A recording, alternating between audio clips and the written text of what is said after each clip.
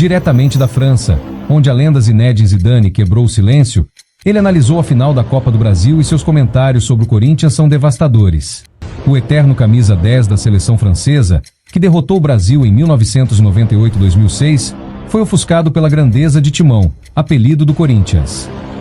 Você não acreditaria na comparação que ele fez com Breno Bidon e na dura mensagem que enviou a todos que subestimaram o clube. É uma análise mordaz de alguém que conhece o peso de uma camisa grande. Inscreva-se no canal agora. Agora, vamos ouvir a tradução. Sempre disse que o futebol se joga com os pés, mas, no fim das contas, se decide com a cabeça e o coração. Quando observo atentamente o que aconteceu no gramado sagrado do Maracanã, na final da Copa do Brasil entre Vasco e Corinthians, vejo mais do que uma partida de 90 minutos ou uma simples disputa por um troféu. Vejo aqui a confirmação absoluta de uma regra que aprendi jogando contra os maiores atletas da história. Existem camisas pesadas como chumbo que esmagam os fracos, e existem camisas que fazem história e inspiram os corajosos.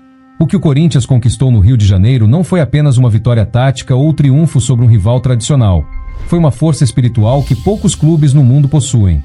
Joguei em times de nível mundial como Real Madrid e vivenciei situações de extrema pressão, como a final da Copa do Mundo de 1998 em casa, e consigo reconhecer imediatamente quando um time entra em campo com a certeza inabalável da vitória, mesmo antes do apito inicial. O Corinthians entrou em campo com a autoridade silenciosa de quem sabe que o sofrimento é apenas o precursor necessário para a glória. É impossível analisar essa vitória monumental sem antes considerar a pessoa no banco de reservas, Dorival Júnior.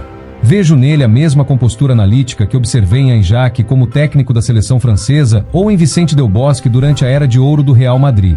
Acima de tudo, ele é um gestor de egos e um gestor de crises. Transformar um clube mergulhado em uma verdadeira tempestade administrativa, bombardeado com más notícias todas as manhãs, em uma máquina competitiva exige muito mais do que um plano tático, exige respeito e orientação paternal. Taticamente, ele neutralizou a velocidade do Vasco com precisão cirúrgica, fechando espaços e frustrando o adversário. Ele estabeleceu um sistema que me lembrou muito a seleção brasileira de 1994, aquele time pragmático de Carlos Alberto Parreira que, embora criticado pela falta de brilho estético, era defensivamente impenetrável e frio como gelo quando tinha a chance de decidir uma partida. O Corinthians sabia sofrer sem se desesperar, mantendo suas linhas compactas com disciplina europeia e esperando o momento preciso, quase matemático, para desferir o golpe fatal. Preciso falar em detalhes sobre a jogada que mudou tudo, porque naquele instante, o futebol deixa de ser apenas um esporte e se torna pura arte. O que o jovem Breno Bidon fez no segundo gol é a essência cristalina do que eu chamo de consciência espacial e visão periférica. Muitos correm sem rumo, poucos pensam com clareza. A maneira como ele controlava a bola, girando o corpo para garantir a posse e afastar o perigo, me lembrou os movimentos clássicos de Andrés Iniesta, ou até mesmo alguns que eu mesmo já tentei no meio-campo quando cercado por 3 ou 4 defensores. Ele não tinha pressa. Em meio ao caos absoluto, ao rugido ensurdecedor do Maracanã lotado contra ele, encontrou a calma interior necessária para pensar e agir. Aquele drible rápido, aquela finta sutil, desmontou todo o sistema defensivo do Vasco e abriu caminho para o gol da vitória. É a prova definitiva de que a técnica refinada, o controle de bola impecável, ainda é a arma mais perigosa e sofisticada do futebol moderno. A base do Corinthians, o famoso campo de Saibro, revelou um talento excepcional que não sentiu a pressão de uma final continental por um segundo sequer. E quanto à redenção de Yuri Alberto, joguei ao lado de Ronaldo Fenômeno, o melhor centroavante que já vi, e sei reconhecer quando um atacante está recuperando a confiança perdida. A posição de centroavante é a mais ingrata do futebol. Você pode ser o vilão por 89 minutos e se tornar um herói imortal em um segundo crucial. A trajetória deste jovem nesta temporada parece um roteiro de filme, um drama com final feliz. Ele ascendeu do inferno das críticas e vai aos céus da adoração. O gol da vitória não foi apenas uma finalização tecnicamente brilhante, foi a fúria canalizada, foi catarse, foi a sua alma transbordando pelas chuteiras. Isso me lembra muito a resiliência da seleção brasileira em 2002, quando jogadores desacreditados por lesões graves e pelo escrutínio da mídia se uniram para provar que o mundo estava errado. Yuri Alberto entendeu que, no Corinthians, não basta jogar bem ou marcar gols bonitos. É preciso dar tudo de si e se entregar de corpo e alma. Ele correu para marcar 2 gols, lutou por 3 e foi recompensado com a glória. Este é o futebol em sua forma mais justa e focada no desempenho. A defesa do Corinthians também merece um capítulo à parte nesta análise. Hugo Souza era um gigante, uma verdadeira muralha que parecia ficar mais forte a cada minuto. Para ser o goleiro de um grande time, você não precisa fazer 20 defesas difíceis por jogo. Você precisa fazer aquela defesa crucial, aparentemente impossível, quando o time está vencendo por apenas um gol e o adversário está pressionando. E foi exatamente isso que ele fez. A segurança que ele transmitiu à linha defensiva foi fundamental para a estabilidade emocional da equipe. O Vasco circulava a bola, tentava cruzamentos em todas as direções possíveis, avançava pelo meio, mas repetidamente se deparava com uma muralha impenetrável. Essa estabilidade defensiva me lembrou os grandes times italianos contra os quais joguei na Juventus, onde defender era quase uma religião. Você sentia que podia jogar 3 dias seguidos e não marcar um único gol contra eles. O Corinthians venceu porque entendia profundamente que finais não são apenas jogadas, são vencidas, e muitas vezes por meio de uma defesa sólida, disciplina tática inabalável e o esforço conjunto de todos os setores da equipe. O que também me impressionou foi a atmosfera nas arquibancadas. Durante toda a semana, falava-se que o Maracanã se transformaria num caldeirão de ruído, mas o que vi foi a torcida fiel transformando o estádio adversário em seu próprio, um feito verdadeiramente impressionante. Já joguei em muitos estádios hostis ao redor do mundo, mas a torcida do Corinthians tem uma aura muito especial, uma lealdade quase frenética que transcende o resultado imediato. Eles incentivaram o time nos momentos mais críticos, cantando ainda mais alto quanto mais o time sofria. Essa conexão íntima entre as arquibancadas e o campo é extremamente rara.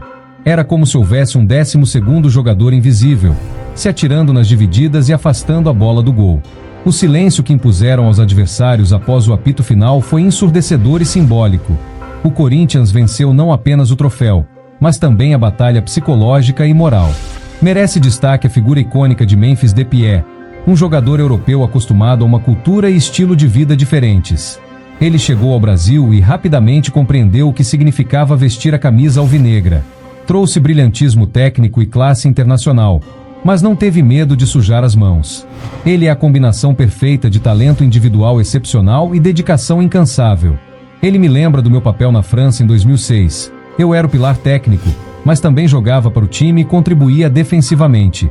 Quando a maior estrela do time marcou o lateral adversário aos 40 minutos do segundo tempo, não havia desculpa para os outros jogadores não voltarem para a marcação. Memphis agiu como um líder discreto, porém tecnicamente talentoso, e foi um exemplo de profissionalismo. Ele demonstrou que uma verdadeira estrela se adapta a qualquer situação adversa para vencer. Agora, vamos analisar os fatos específicos que tornam essa conquista ainda mais impressionante e histórica. Pedi à minha equipe que reunisse dados sobre a real situação do clube, e o que descobri é estarrecedor. O Corinthians venceu a Copa do Brasil com dívidas recordes de quase 2,7 bilhões de reais. Isso não é apenas um número em uma planilha. É uma âncora pesada que arrastaria qualquer instituição fraca ou sem alma para a beira do abismo. Eles estavam jogando contra um adversário formidável em campo e contra a ameaça iminente da falência fora dele.